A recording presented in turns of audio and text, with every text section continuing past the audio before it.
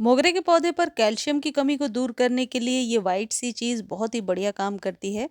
मोगरे के पौधे पर अभी मार्च से लेकर के अक्टूबर नवंबर तक लगातार फ्लावरिंग होती रहती है और ये पौधा अभी अभी डोरमेंसी से बाहर आया है।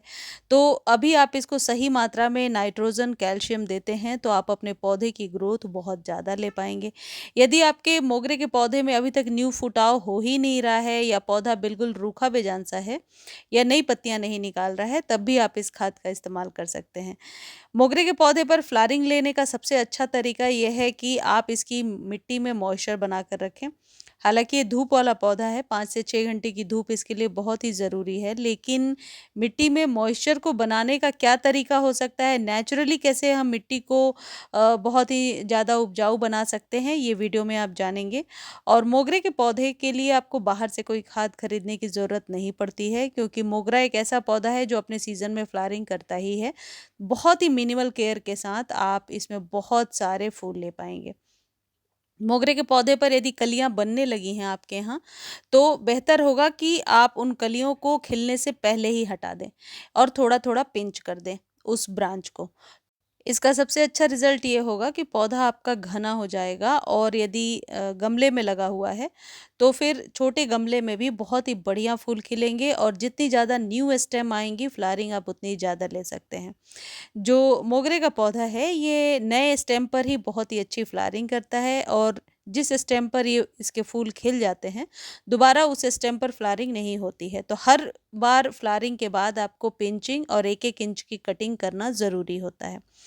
मेरे मोगरे के पौधे पर अब इक्का दुक्का कलियां बनने लगी हैं, और सही मात्रा में यदि ऑर्गेनिक खाद आप भी देंगे तो आपके पौधे पर भी लगातार फ्लावरिंग अब होने लगेगी। देखिए, मोगरे के पौधे पर कटिंग पिंचिंग का बहुत अच्छा इफेक्ट होता है। दूसरा इफेक्ट होता है कैल्शियम का, जो सबसे बढ़िया खाद होता है मोगरे के लिए। और तीसरी जो चीज़ है मोगरे के लिए बहुत इंपॉर्टेंट है कि इसकी मिट्टी में मॉइस्चर बना रहे और कभी भी मिट्टी सूख करके फटे नहीं। मोगरे के पौधे को यदि न्यू आप नर्सरी से लेकर आ रहे हैं तो 8 से 12 इंच के कंटेनर में लगा सकते हैं, और यदि पौधा जमीन में लगा हुआ है तो चारों तरफ से गुड़ाई करके इस खाद को दे सकते हैं। इसके लिए जो खाद आपको चाहिए, जो आपके घर में ही मिल जाएगा, वो है प्याज के छिलके। प्याज के छिलके को आप बहुत अच्छे से सुखा लीजिए। एक गमले में आप कम से कम 2 या 3 प्याज के छिलके का अंदाज लगा सकते हैं। प्याज के छिलके में थोड़ा-सा नीम के पत्ते भी आप मिला सकते हैं। ये ऑप्शनल है, लेकिन नीम के पत्तों को मिलाने से इसका आपको बहुत ज़्यादा बेनिफिट मिलेगा। और इसको बहुत अच्छे से पीस लीजिए। 1 से 2 बार मिक्सर में ही ये पीस जाता है, कुछ इस तरीके से।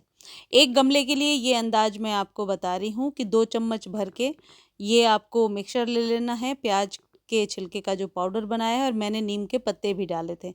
और इसमें 1 चम्मच आप लेंगे चाय पत्ती, और 1 छोटा चम्मच हल्दी। ये मोगरे के लिए एक बहुत ही अच्छा कॉम्बिनेशन है। हल्दी का इस्तेमाल मोगरे पर हमेशा बहुत ही बढ़िया रहता है। और ये जो चाय पत्ती है ये नाइट्रोजन की कमी को पूरा करता है, यानी कि ये खाद जब आप ये जो मिक्सचर है जब आप देते जाते हैं तो सही मात्रा में आप अपने पौधे को एनपीके दे पा रहे हैं, यानी कि पत्तियां भी बहुत सारी आएंगी, फंगस से भी बचाव होगा, मिट्टी की उपजाऊ क्षमता बढ़ेगी।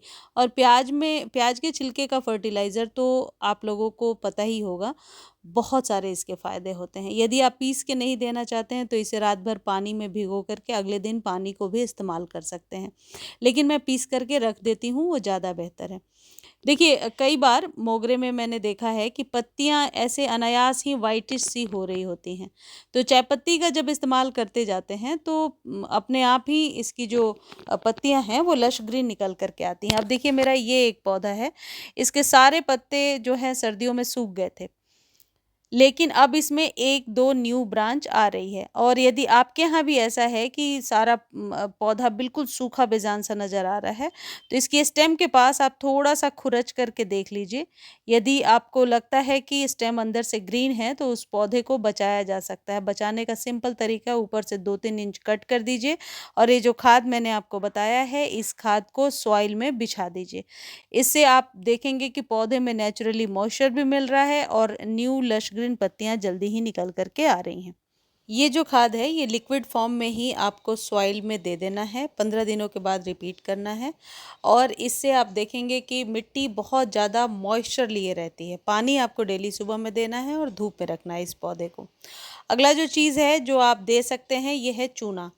चूना हर एक महीने आपको देना है अपने पौधे को, इतनी ही मात्रा देनी है। यदि 8 से 10 इंच का कंटेनर है तो छोटे चम्मच से आप 1 चम्मच सॉइल में मिला देंगे। ये दूसरी चीज़ जो मैं दे रही हूँ ये है कैल्शियम नाइट्रेट की गोलियाँ। ये ऑप्शनल है, यदि आपको चाहिए तो इसको खरीदने का लिंक मैंने टैग कर दिया है, आप खरीद सकते हैं। हालांकि सभी पौधों के लिए ये जो कैल्शियम नाइट्रेट की गोलियाँ हैं बहुत ही ज़्यादा फ़ायदेमंद रहती हैं।